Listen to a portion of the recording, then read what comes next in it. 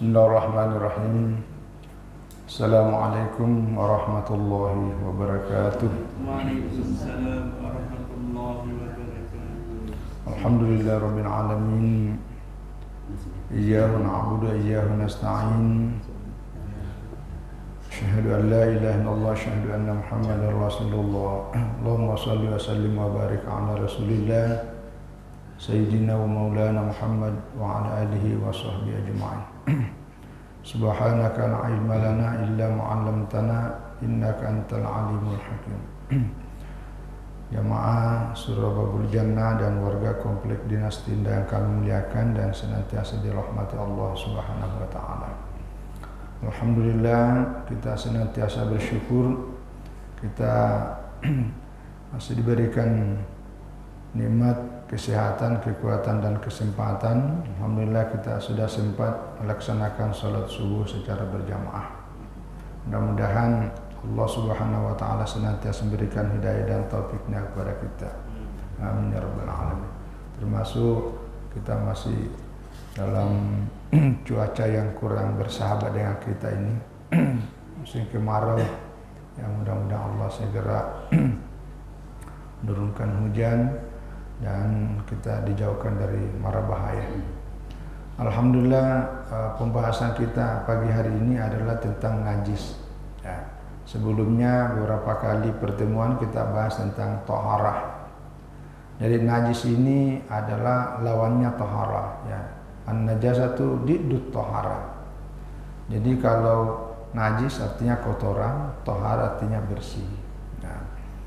Kembali di dalam kitab ini disebutkan bahwa najis ini atau kotoran ada dua. Pertama al-haqiqah. Kotoran hakikat itu maksudnya ya berupa kotoran najis yang bisa dilihat nyata, ya seperti darah, kencing, tai manusia dan seterusnya. Intinya semua najis kotoran ya yamna'u min ansihatis sholati ya. Jadi semua kotoran yang bisa menghalangi untuk sahnya ibadah sholat kita itulah najis. Ya.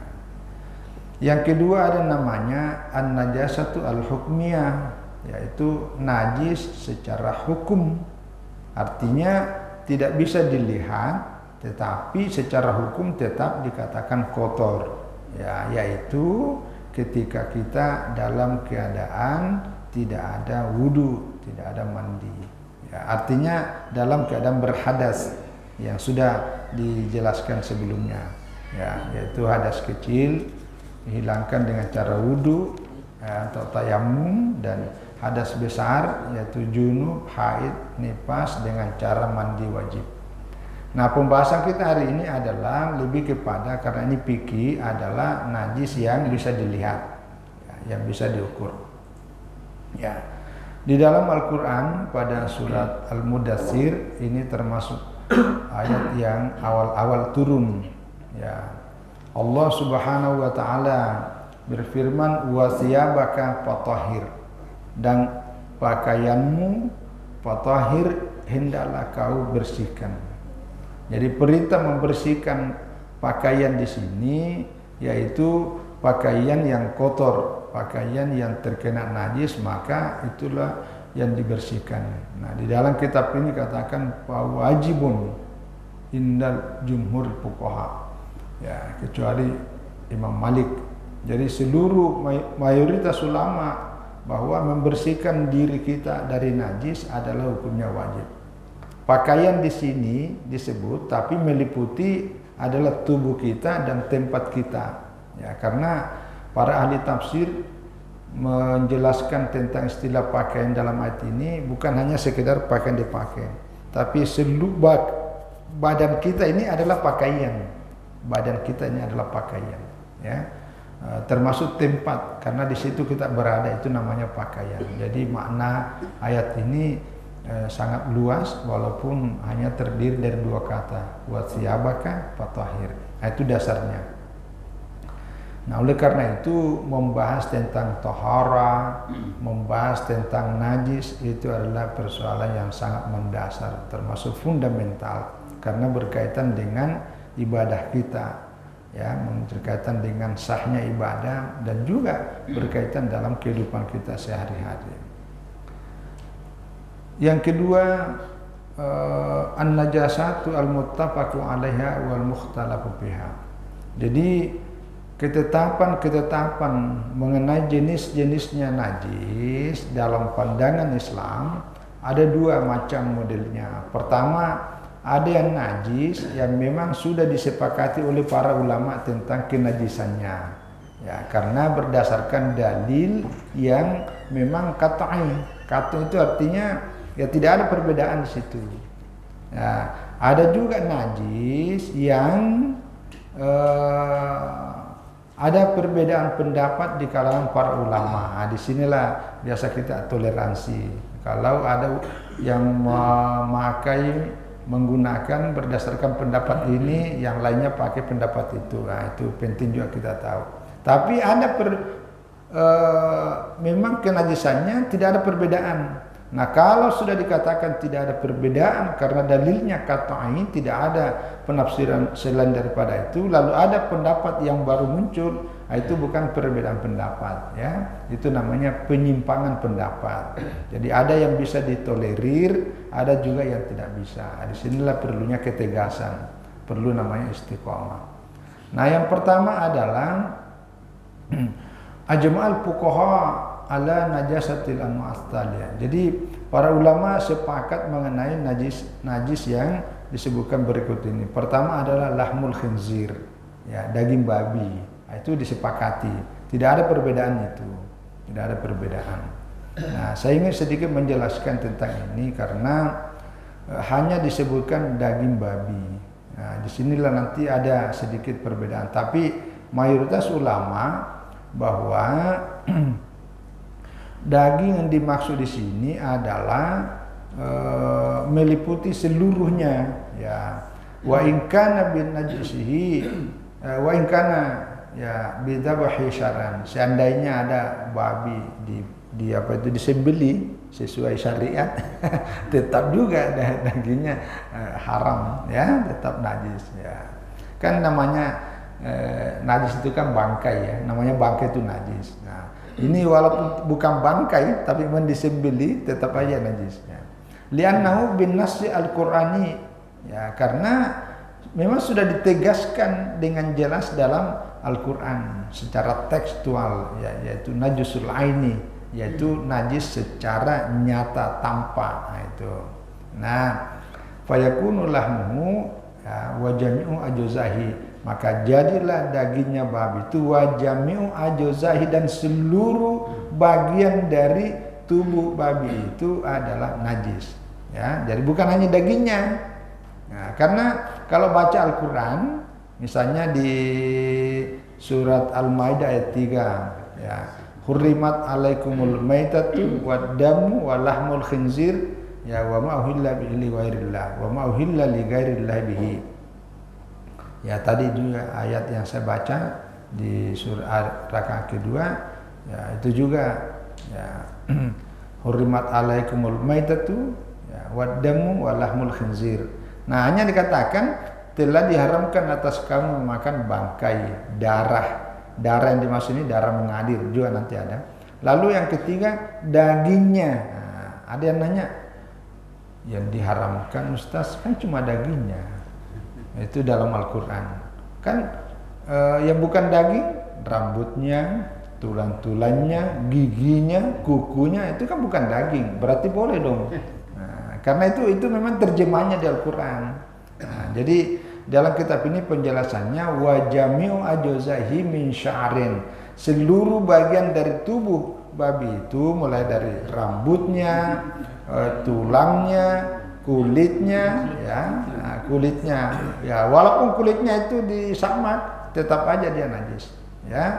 Inilah yang dipahami oleh mayoritas ulama. Nah, bagaimana cara memahaminya bahwa daging yang disebut tapi kok yang dimaksud seluruhnya? Inilah namanya kaidah.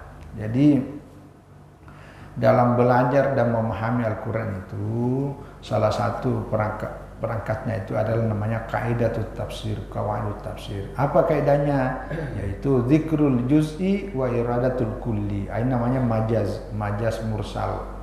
Jadi dzikrul juz'i disebutkan bagian tertentunya, wa iradatul kulli, tapi yang dimaksud seluruhnya, itu namanya kaidah.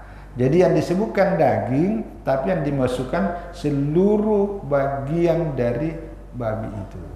Itu ya. Nah, itu. Sama dengan ini. Saya ngambilkan contoh ini. Di dalam Al-Quran surat An-Nisa ayat 92, wa man qatala mu'minan khata'an, ya, siapa yang membunuh orang mukmin khata'an dengan secara tidak sengaja, fatahriru raqabatin mu'minatin, maka sanksinya itu diberikan semacam fatahriru raqabatin, maka yang bersangkutan wajib memerdekakan raqabatin. Raqabatin itu artinya leher. Gitu. Tapi kan bukan lehernya yang dimerdekakan, yang dimaksud itu leher, yang disebutkan leher manusia, tapi yang disebutkan seluruh manusianya. Karena kalau ada orang tidak ada lehernya, jadi orang kayak kan pasti bukan manusia. Jadi dalam Al-Quran itu disebutkan leher, itu namanya bagian tertentu dari manusia disebut, tapi yang dimaksud seluruh manusianya, itu yang dimaksud. Nah ini namanya kaidah ya. Jadi dzikrul juz'i wa iradatul kulli, disebutkan bagian tertentu tapi yang dimaksud seluruhnya. Begitu juga di dalam Al-Quran itu surat Al-An'am ayat 9. Kita kan baca setiap kali membaca doa kita, inni wajjahtu wajhiya lilladzi fataras samawati wal arda hanifa. Jadi sesungguhnya aku hadapkan wajahku. Nah, ini wajah disebut, tapi yang dimaksud itu menghadapkan seluruh tubuhku, bagian seluruh diriku ini kepadamu Allah. Itu maksudnya. Maksudnya disebutkan wajah karena secara fisik memang inilah menghadap ke arah Ka'bah, ke arah kiblat, tetapi yang dimaksud itu totalitas diri kita ini lahir dan batin dihadapkan kepada Allah. Nah, itu yang dimaksud. Jadi wajah disebut, tapi yang dimaksud seluruh diri kita. Nah, itulah. Jadi begitu juga cara memahaminya, lahmul khinzir, dagingnya. Ya, jadi tidak pakai berdasarkan terjemahan, kan dagingnya Pak, berarti yang lainnya boleh, bukan. Nah itulah penjelasan. Yang kedua, yang masuk kategori najis yang disepakati adalah darah, ya, darah, yaitu darah yang mengalir, ya, damul adami, ya, gar syahid, ya, wadamul hayawan, ya, gar al-ma'i, ya. Jadi termasuk yaitu darah manusia, ya. Darah manusia, damul adami, darah. Jadi darah yang biasa keluar itu, misalnya kalau kita tak terluka dan seterusnya. Tapi ada pengecualian, gairah syahid. Nah, kecuali kalau darahnya orang yang mati syahid. Jadi kalau, tapi ini yang saya pahami dalam kitab ini, mati syahid itu yang berperang di jalan Allah. Maksudnya di peperangan lalu ada darahnya keluar, dia meninggal di situ. Nah, itu pengecualian karena itu bagian dari kemuliaan, ya. Saking mulianya orang seperti orang mati dalam menegakkan agama Allah di medan pertempuran. Termasuk ya darahnya hewan, ya, yang bukan hewan di air. Jadi hewan yang ada di daratan ini ya katakanlah kambing, sapi, kerbau dan seterusnya, ya. Alladzi infasala minhu hayyan aw maitan, yang terpisah dari tubuh hewan itu baik pada waktu dia masih hidup ataupun meninggal. Jadi kalau ada darah keluar, nah itu termasuk najis. Idza kana masfuhan, ya, katsiran. Nah, kalau darah itu mengalir dan banyak. Nah, jadi kalau hanya sedikit, nah, dan nanti ada nanti materi kita mudah-mudahan, tapi mungkin seri berikutnya tentang ada namanya najis yang dimaafkan. Ya, dia najis tapi dimaafkan karena dia dalam ukuran yang kecil.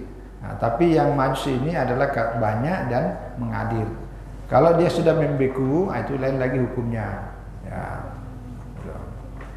termasuk fayakhruju, ya, tidak masuk kategori yang syahid, darahnya orang-orang yang mati syahid madam alaihi, ya termasuk tidak masuk ya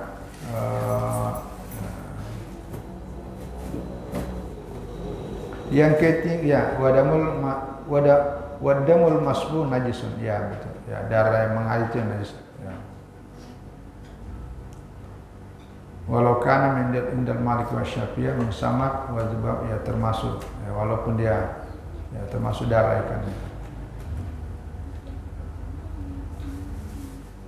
Yang berikut adalah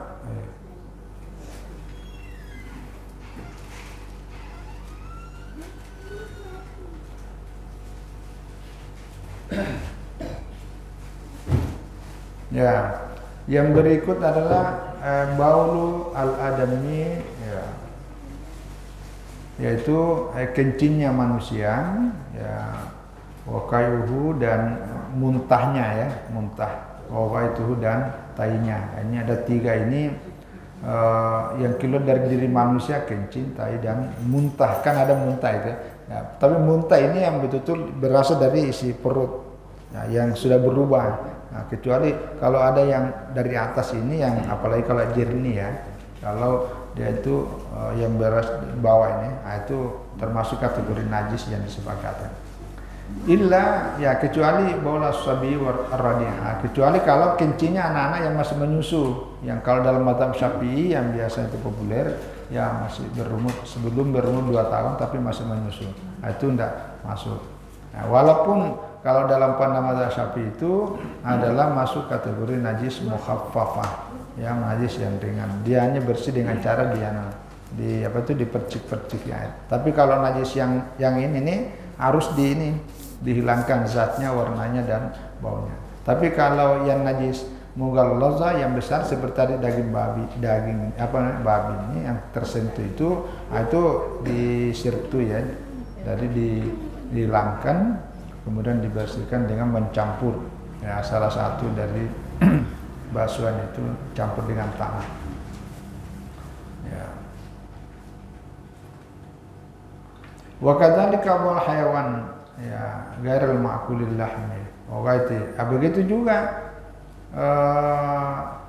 ya, kencingnya hewan yang tidak dimakan dagingnya, ya, kencingnya, tainya dan muntahnya, ya, kecuali tai burung, illa khar'at tuyur, ya, kalau kecuali tainya yang burung yang itu yang sulit, ya, kencing tikus wal khopas kelelawar, ya, menurut Abu Hanifah, ya, karena lianal parla yang kuntaruz, karena kalau sesuatu itu agak sulit kita menghindarinya, kalau banyak itu, ya, karena berada di atas udara, ya.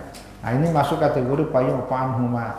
Yang begini-begini karena kecil, kan biasa itu, ya, ada terbang kecil sekali, itu masih, ya, payung panhuma bisyabi wal fakat duna mal awani, ya, itu masih dimaafkan. Tapi kalau dia masuk ke dalam air, misalnya ada wadah, katakanlah baskom, kemudian masuk ke dalam air, itu tidak, karena sudah mencair, maka itu harus dibuang, ya, karena itu kena semuanya, nah, walaupun sedikit, ya.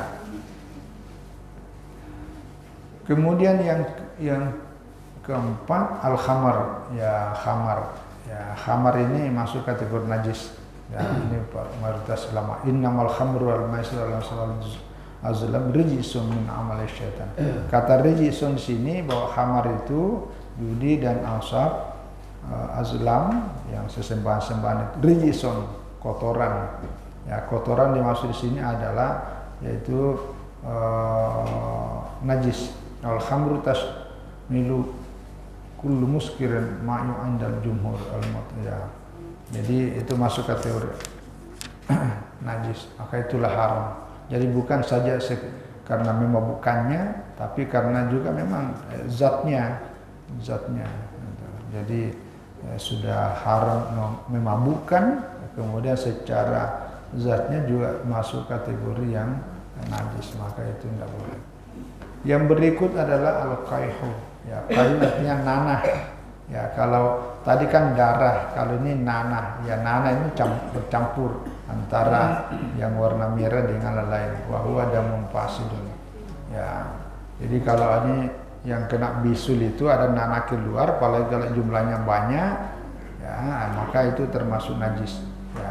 Wa huwa damun fasidun, darah yang dosa. Ya. Wa huwa najisun li'annahu damun mustahil. Karena pada prinsipnya itu adalah darah yang kemudian berubah, itu namanya. Yang berikut, ya. Tapi kalau nanah ini dalam jumlah yang sangat kecil, itu dimaafkan, ya. Jadi yang dimaksud ini wan najis minhuma huwal kasir. Kalau nanah itu jumlahnya banyak keluar dari diri kita, mengotori pakaian dan seterusnya, itu jangan dipakai sholat, ya, karena masuk kategori najis. Tapi wayu anil qalil. Nah, tapi kalau sedikit sekali kan biasa itu ya, kayak jerawat ya, itu dimaafkan. Ya, walau berdarah, apalagi kalau kering. Nah, itu kan jangan sampai karena ada orang kena bisul di pantatnya Pak ya. Nah, ini nananya sering keluar. Tapi kalau sudah kering, apalagi sedikit sekali, maka itu dimaafkan. Ya, tapi kalau keluar terus dan banyak bisulnya, itu menjadi banyak, itu tidak boleh dipakai sholat, gitu ya. Yang berikut al-madhi wal wadi. Ya ini al-madhi itu huwa ma'un abid, ya, raqiqun yakhruju 'inda samrani syahwah. Ya. Jadi ini madhi ini terutama bagi laki-laki. Saya tidak tahu kalau perempuan kira-kira ada enggak ya. Jadi madhi ini adalah cairan yang bening yang keluar dari alat kemaluan ketika syahwatnya lagi naik. Jadi syahwat lagi naik atau menghayal, membayangkan sesuatu, lalu ada yang keluar. Tapi yang keluar itu bening putih, itu madhi dan itu najis. Ya, itu wajib, tidak boleh menyentuh diri kita pada waktu salat. Begitu juga pakaian menyentuh itu dicuci, ya. Nah, itu. Kalau wadi ini adalah cairan yang keluar dari orang yang mungkin karena mengangkat barang yang begitu sangat berat sehingga ada keluar dari kemaluannya. Nah, itu bukan karena ada nafsunya, tapi memang karena terlalu berat badannya, ya, dia mengangkat sesuatu yang terlalu berat membuat badannya lalu ada yang keluar, itu termasuk najis. Itu namanya wadi. Itu wadi. Jadi madhi dan wadi. Nah, ini masuk kategori najis. Ya. Yang berikut adalah lahmu maidatil haywan, garil ma'id. Jadi alladzi lahu damun sailun. Jadi daging dari bangkai hewan yang ada di darat, ya, bukan bangkai hewan di laut. Kalau yang ada di air, bangkai itu halal, seperti ikan.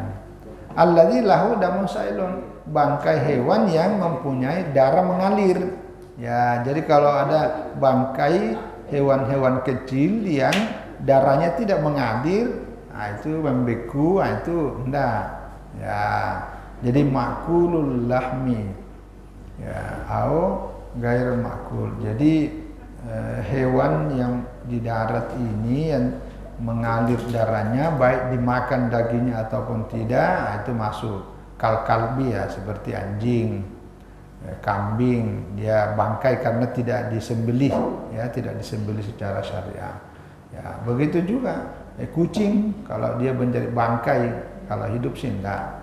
Ya, jadi begitu dia mencari bangkai, maka itu juga masuk kategori najis, ya, karena ada darahnya mengalir. Ya, seperti kulitnya juga termasuk. Ya, kalau tidak disama, kalau disama ya dagingnya enggak. Ya. Wa qala ghairuhum, ya, maitatu ghair adami bi jami'i ajzaiha min azmin wa sya'rin wa sufin, ya, termasuk najis. Nah, jadi bangkai itu najis, maka bagian-bagian dari tubuh bangkai itu ikut termasuk najis. Jadi tulangnya, rambutnya, bulu-bulunya semuanya ikut menjadi najis, ya. Lianna kullam minha tahillu al-hayatu. Karena bagian-bagian dari tubuh hewan, bangkai hewan itu adalah juga di situ sebenarnya tempatnya kehidupan, maka dia masuk kategori najis.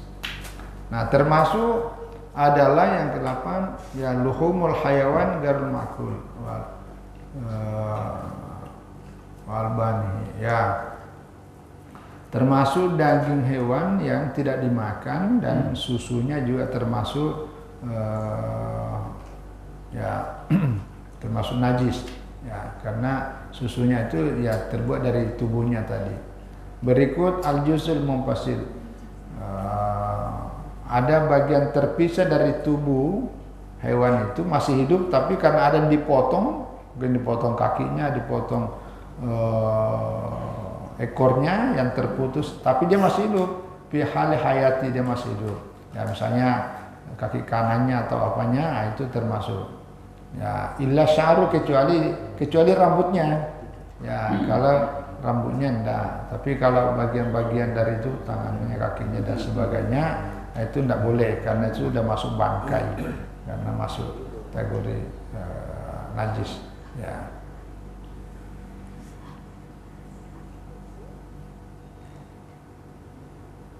Ya, ini yang disepakati. Jadi ada 9 yang disepakati berdasarkan dalil kata. Nah, yang tidak disepakati terjadi perbedaan pandangan para ulama. Ini pertama al-kalbu, anjing. Ya, karena anjing tidak disebutkan dalam Al-Quran, hanya disebutkan dalam hadis. Nah, kenapa? Kalau dalam pandangan mayoritas dia termasuk najis, ya, karena ini hadis yang dipakai, ini mayoritas ulama. Apa hadisnya? Bahwa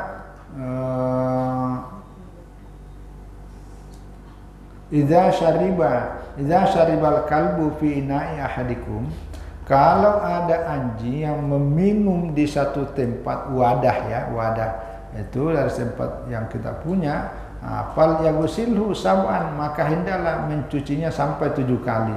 Ini hadis riwayat Imam Ahmad dan Imam Muslim. Begitu juga hadis yang lain, tuhuru inai ahadikum idza walaga fihil kalbu ayyaghsilahu sab'a marratin aw lahunna biturabi. Nah, untuk supaya mensucikan dari wadah tempat diminum itu oleh anjing adalah mencucinya 7 kali, dan salah satunya diawali dengan mencuci dicampur dengan tanah. Nah, hadis inilah dipakai para ulama bahwa karena Nabi menyuruh kita mencuci sampai 7 kali, maka hadis inilah yang menunjukkan tentang bahwa itu najis. Ya, jadi sama tadi penjelasannya tentang daging babi, yang disebutkan di sini kan meminum itu kan hanya lidahnya atau mulutnya. Nah, mayoritas ulama memahami bahwa yang dimaksud najisnya di sini adalah meminumnya, maka lidahnya ini, maka itu artinya bagian-bagian tubuhnya yang lain pun juga masuk kategori najis. Nah, kenapa terjadi perbedaan? Karena tadi sebagian ulama ini memahami bahwa terutama dalam al-ashahu indal hanafiyyati annal kalba laysa binajisil ain. Jadi dalam mazhab Abu Hanifah, anjing itu bukan najis ain sebagaimana tadi daging babi, karena memang tidak disebutkan di Al-Qur'an. Ya. Lianau yang tapi ya karena hirasatan wastiadan, karena anjing itu banyak memberi manfaat dalam hal penjagaan dan dipakai berburu. Beda kalau yang daging babi karena memang disebutkan di Al-Quran. Ya, tapi kalau ini disebutkan oleh hadis. Nah, dia memahaminya wa famul kalbi wahdahu aw lu'abihi.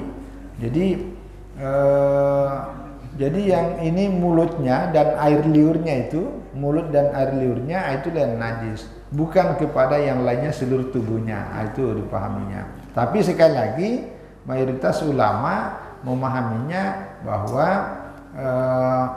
begitu disuruh, apalagi disuruh mencuci 7 kali, maka itu menunjukkan tentang najis. Gitu ya. Inilah banyak dipakai dalam mazhab Syafi'i.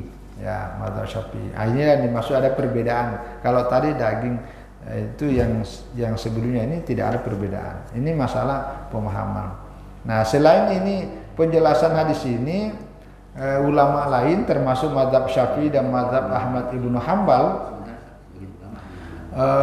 Jadi mazhab Syafi'i dan mazhab Ibnu Hambal, anjing itu masuk kategori najis karena ini juga dipakai dalilnya. Jadi dulu Nabi Shallallahu Alaihi Wasallam pernah diajak, ya, jadi pernah diajak masuk ke dalam satu rumah. Ini hadis riwayat Daruqutni, Hakim dan Hakim. Diajak ke dalam satu rumah. Lalu Nabi masuk ke dalam satu rumah ini, lalu diajak lagi masuk ke dalam satu rumah yang lain. Ya, Annahu sallallahu alaihi wasallam dari kaumin Pajaba. Lalu Nabi memenuhi undangan itu, beliau datang. Lalu diajak lagi, diundang lagi masuk ke rumah yang lain, tapi beliau menolak. Lalu ditanya, kenapa Nabi SAW mau datang dan masuk ke dalam rumah itu, sementara yang lainnya waktu baginda Rasul diajak, diundang, kok tidak mau masuk? Apa jawabnya Nabi? Beliau tidak mau masuk karena di dalamnya ada anjing. Nah, dalil ini dipakai mazhab Syafi'i dan Ahmad ibnu Hambal bahwa begitu Nabi tidak mau masuk ke dalam karena ada anjing, itu menunjukkan bahwa anjing itu najis. Kenapa yang masuk ke dalam rumah itu? Karena di dalam rumah itu yang ada cuma kucing. Nah ini, cuma ada kucing. Jadi innal hir laisa binajas. Nah, jadi karena Nabi masuk di situ karena hanya sekedar ada kucing, tidak ada anjing, maka itu menunjukkan bahwa kucing itu bukan najis. Nah, jadi ini dalil juga dipakai untuk memperkuat dalil tentang hadis diperintahkan untuk mencuci barang yang sudah tersentuh mulut dari anjing itu dan air liurnya. Nah itu caranya itu. Jadi sekali lagi berdasarkan hadis ini dalam mazhab Syafi'i dan Ahmad bin Hambal, anjing masuk kategori najis besar karena disuruh mencuci 7 kali. Ya. Nah di sini juga penjelasannya bahwa wal famu, ya, jadi mulutnya itu ya bagian yang terpenting dari tubuh seekor anjing, maka seluruh dari bagian tubuhnya termasuk. Ya, sama tadi penjelasannya tadi, karena dia yang pokok. Ya, kalau tidak ada mulutnya, tidak ada wajahnya, ya bukan, tidak jadilah seekor hewan itu, maka itu disebutkan pokoknya, tapi yang dimaksud seluruhnya. Ya, begitu juga yang ada perbedaan ini, maitatul hayawan al-ma'i, ya, wal hayawan alladzi la dama lahu sailun. Jadi bangkai binatang yang ada di air dan bangkai binatang yang tidak mengalir darahnya. Nah ini sebagian ulama mengatakan najis, yang lainnya ada juga yang tidak. Ittafaqa immatul madzhab ala taharati maitil hayawan al-ma'i zakana samakan. Jadi sepakat para ulama kalau bangkai yang ada di air, baik di sungai ataupun di laut, itu adalah suci, bukan najis, ya, seperti ikan dan lainnya yang ada di laut. Ya, karena wahillat lana maitatani wa damani, ada 2 bangkai dan darah yang halal buat kita, yaitu darah dan belalang, ya, belalang itu kalau bangkainya boleh digoreng kayak udang. Tapi kita tidak biasa sih, tidak biasa. Ya, nah tapi yang berwaktalaf al-fuqaha fi maitatil hayawan alladzi la dama lahu sailun. Yang berbeda pendapat para ulama fikih adalah bangkai hewan yang tidak mengalir darahnya. Ya, ini ada perbedaan, yaitu mautu ma yaisu fil ma'i bihi la yafsudu la yusuka samak wa dibna wa sirtan ini apa ini, kepiting. Nah itu ada perbedaan. Jadi dia mati, dia yang hidup di air yang tidak merusak. Jadi maksudnya tidak merusak itu tidak najis. Nah, sama dengan ikan, dengan kata ya wadifda kata. Lakin ya lamul mayati zat adam as-sa'id, dia punya darah itu. Termasuk ya kulitnya sebelum disamak, kalau disamak ya itu. Wa ma la damalahu sailun idza waqa'a fil ma'i la yanjus. Ya. Ya, walaupun ada darahnya yang tidak mengalir, tapi kalau dia masuk di air itu masuk. Ya, tetap dia tidak najis. Ya, tapi yang ketat ini mazhab Syafi'i, wa qala Syafi'atul Hanabila maitatus samai wal jarad wa nahwiha min haywan bahri tahiratun. Wa ma maitatu ma la damalahu sailun kadzubab ya wal khan itu semuanya najis. Ya, hanya dagingan, tapi karena dibawa di air itu, ya.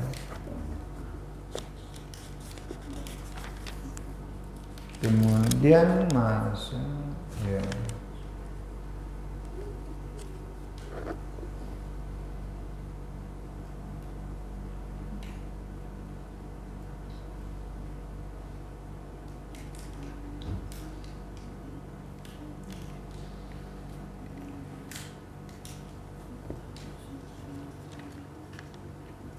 Ya, saya kira ini sekedar nambah-nambah aja ya, tentang najis ya, kulit bangkai ya, kulit bangkai ini kan hanya disamak ya, kecuali yang disamak yang biasa tuh ya, kencing baulus sabir radi ladilam atamagar leban ya, apakah Syafi'i itu najis itu masuk kategorinya cukup dia aja yang belum menyusu ya. Masih menyusu, belum makan apa-apa.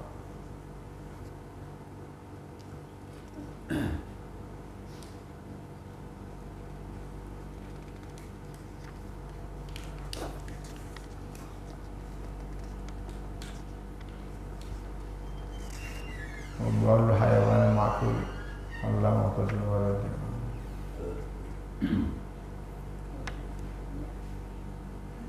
Ya, jadi kalau kencingnya hewan yang dimakan dagingnya seperti kambing, sapi, itu termasuk ya najis. Ya, tapi ini ada perbedaan pendapat. Jadi kalau dalam mazhab Imam Malik dan Ahmad bin Hanbal, ya, wa qala Maliki wal Hanabila baulu ma yukaru lahmu min al-hawani kal ibli. Jadi kencingnya binatang yang dimakan dagingnya seperti onta, sapi, daging termasuk ayam itu, wajamiu at-tuyur dan semua burung-burung itu syai'un tahirun. Itu bagi Malik dan Ahmad bin Hanbal itu bersih, suci ya.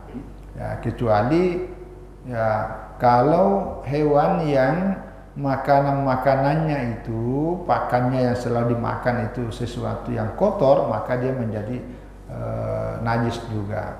Tapi kalau dalam mazhab Syafi'i dan Hanafi itu tetap najis. Ya, jadi kalau mau aman, ini yang kita pakai nih, kita pakai. Jadi kalau daging binatang yang dagingnya halal dimakan, maka kotorannya juga tidak najis. Nah, itu. Maka kalau yang dipakai pupuk, kan dipakai pupuk itu ya, pupuk apa namanya itu, yang tai sapi ya, tai kambing, nah itu. Tapi jangan digoreng. Bilang ini ada pendapat katanya bukan najis, berarti boleh lah di, jangan. Nah. Jadi mazhab Syafi'i dan mazhab Abu Hanifah itu tetap najis ya. Nah, jadi saya lihat ini pandangan imam mazhab masalah najis yang agak ketat memang mazhab Syafi'i. Tapi yang paling longgar saya lihat adalah Imam Malik. Tengah-tengahnya itu Abu Hanifah. Gitu. Jadi ini tergantung anunya. Jadi terlepas dari adanya perbedaan pandangan ini, tetapi yang paling dipentingkan adalah kehati-hatian ya. Kehati-hatian. Apa sebabnya? Karena ini berkaitan dengan persoalan hubungannya ibadah kita kepada Allah Subhanahu wa taala. Ya. Kemudian ini almani kan sperma ya. Kalau sperma dalam mazhab Syafi'i bersuci ya, dalam mazhab Syafi'i bersih. Tapi mazhab mazhab Abu Hanifah dan Malik itu sebaliknya justru dianggap najis. itu sperma. Tapi mazhab Syafi'i dan Ahmad itu bersih. Inilah tadi ini ada yang disepakati, ada yang terjadi perbedaan. Ya termasuk darah dari bangkai, ya dari mayat, wa mayasilu min famin naimi. Jadi kalau dalam mazhab ulama, jumhur ulama, mayoritas ulama, kalau ada manusia meninggal dunia, maka mayatnya itu tetap bersih, ya, bersih suci. Ya, kecuali mazhab Abu Hanifah bahwa manusia kalau meninggal maka tubuhnya itu masuk kategori najis, maka itu disucikan. Tapi mayoritas ulama mazhab Syafi'i, Ahmad bin Hambal itu adalah suci manusia. Lalu kalau air yang keluar dari mulut orang yang tidur, ini ada dua. Kalau ada tertidur orang lalu kemudian keluar dari mulutnya itu, apa namanya itu? Air liur ya. Nah, kalau yang keluar itu tidak jernih, sudah kekuning-kuningan dan itu berasal dari usus, dari perut, itu najis. Najis. Itu harus dicuci mulut tuh. Cuci mulut, jadi gosok gigi dan dibersihkan karena najis. Tapi kalau yang bening, yang diperkirakan berasal dari atas kepala ini, itu suci. Nah, itu lihat tuh. Jadi kalau udah keruh, kepala warna kuning, itu najis. Itu aja dibersihkan. Jadi kalau ada yang tertidur, hati-hati. Perhatikan baik-baik itu kalau banyak ini meleleh. Tengoklah. Kalau masih itu dibersihkan karena itu masuk kategori najis. Sama dengan muntah. Ya, jadi saya kira ini tentang bentuk-bentuk najis yang cara mensucinya saya kira kita sudah ini ada yang kalau dalam mazhab Syafi'i yaitu tadi ada yang berat mughallaza namanya 7 kali. Kalau mutawasita inilah yang pada umumnya tadi ini dihilangkan zatnya, kemudian dihilangkan warnanya, dihilangkan juga baunya. Tapi kalau yang ringan seperti kencingnya bayi yang belum berusia 2 tahun, yang belum makan apa-apa kecuali air susu ibunya, itu masih hanya diperciki. Nah, itu aja. Tapi di dalam mazhab yang lain agak berbeda. Saya kira ini mudah-mudahan nambah mengulangi aja untuk menguatkan keyakinan kita bahwa yang namanya najis ini wajib kita bersihkan karena menjadi penghalang untuk kita bisa beribadah sebersih-bersihnya menghadap kepada Allah dengan sedekat-dekatnya. Wallahu a'lam bishawab. Wassalamualaikum warahmatullahi wabarakatuh. Waalaikumsalam warahmatullahi wabarakatuh.